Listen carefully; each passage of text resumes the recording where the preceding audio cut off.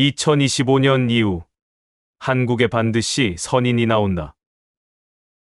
한반도 위에 해와 달이 빛을 잃고 어두운 안개가 하늘을 덮을 때 3가지 재난과 8가지 환란이 동시에 일어난다는 예언이 있습니다. 이 예언은 전례 없는 천재지변과 불이 하늘에서 떨어지는 상황을 경고하며 역사적으로 서로 다른 시기에 활동한 두 예언자가 남긴 예언이 일치하는 특별한 경우에 속하여 이를 소개해 드리도록 하겠습니다. 대한민국 국립중앙도서관에는 조선시대 예언가 남사고가 남긴 남사고 비결이라는 고서가 있습니다. 이 문서는 1977년에 공개되었으며 남사고는 조선 명종 때의 예언가로 어린 시절 신인을 만나 예언 능력을 전수받았다고 주장합니다. 그는 별의 움직임을 통해 미래를 점치며 궁중 천문학 교수로도 활동했습니다.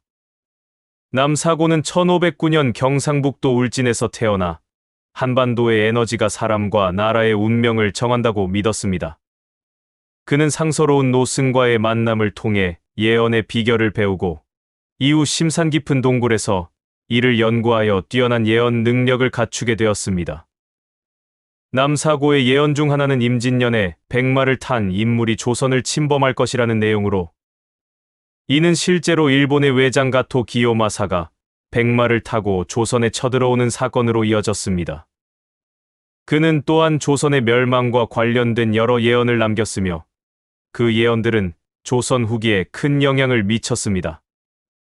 남사고는 63세에 세상을 떠나기 전까지 많은 예언을 남겼으며 현대 연구자들은 그의 예언이 한국의 위기와 평화의 시기를 정확히 예고하고 있다고 주장합니다. 남사고의 예언은 단순한 예언을 넘어 당시 사회의 불안과 혼란을 반영하고 있습니다.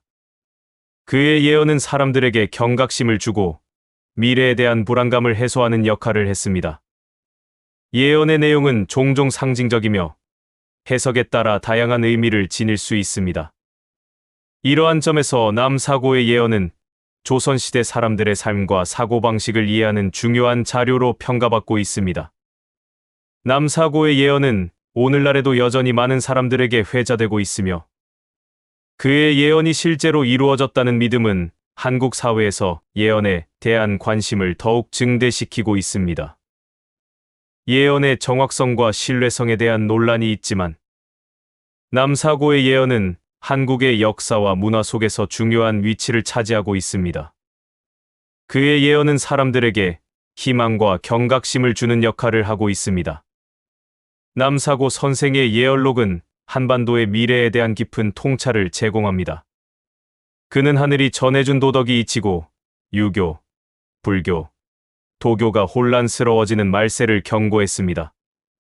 남사고는 진정한 도를 찾는 것이 쓸모없는 일이라고 주장하며 맹자의 가르침을 따르지 않는 사람들을 쓸모없는 인간으로 간주했습니다. 그는 아미타 연부를 외치는 승들도 혼란에 빠질 것이라고 예언하며 사람들이 본래의 문제를 외면하고 지적인 문제에만 집착하는 상황에서 헤어나지 못할 것이라고 경고했습니다. 그는 새로운 세계가 열릴 것이라고 예언하며 사람들은 고정관념에 사로잡혀 인류의 큰일을 전혀 모르고 살아갈 것이라고 말했습니다. 기존의 종교 가르침이 쓸모없게 될 것이라고 경고하며 나를 살리는 것은 무엇인가? 에 대한 깊은 성찰이 필요하다고 강조했습니다. 남사고는 나라의 왕이 백성을 구하게 될 것이며 도탄에 빠진 백성들이 큰 꿈에서 깨어나야 한다고 말했습니다. 그는 머지않아 큰 화가 닥칠 것이라는 경고와 함께 인류를 구원하기 위해 나올 성인이 곧 이 땅에서 나타날 것이라고 예언했습니다. 또한 그는 서양의 예언가 노스트라다무스의 예언 속에서 공포의 대왕으로 언급된 소두무족의 정체를 자신의 예언록에서 언급했습니다. 이는 서로 다른 시대와 지역의 예언가들이 비슷한 미래를 예언하고 있다는 점에서 주목할 만합니다. 남사고는 나를 살리는 것은 무엇인가? 나를 죽이는 것은 누구인가? 라는 질문을 던지며 혼란한 세상에서 나를 노예로 만드는 자가 짐승과 비슷하다고 경고했습니다. 그는 윤리와 도덕을 버리고 짐승의 길을 가는 것은 세상을 죄로 쓰러뜨리는 길이라고 강조했습니다. 남사고의 예언서 중 하나인 마른에서는 대재앙 이후 한반도에서 일어날 통일에 대한 내용도 적혀 있습니다. 그는 남과 북이 갈라져 있지만 잊혀진 남과 북이 다시 하나로 통일되는 해는 용사의 9월이 될 것이라고 예언했습니다. 이는 용과 뱀의 해를 의미하며 일부 학자들은 이를 진사년으로 해석합니다.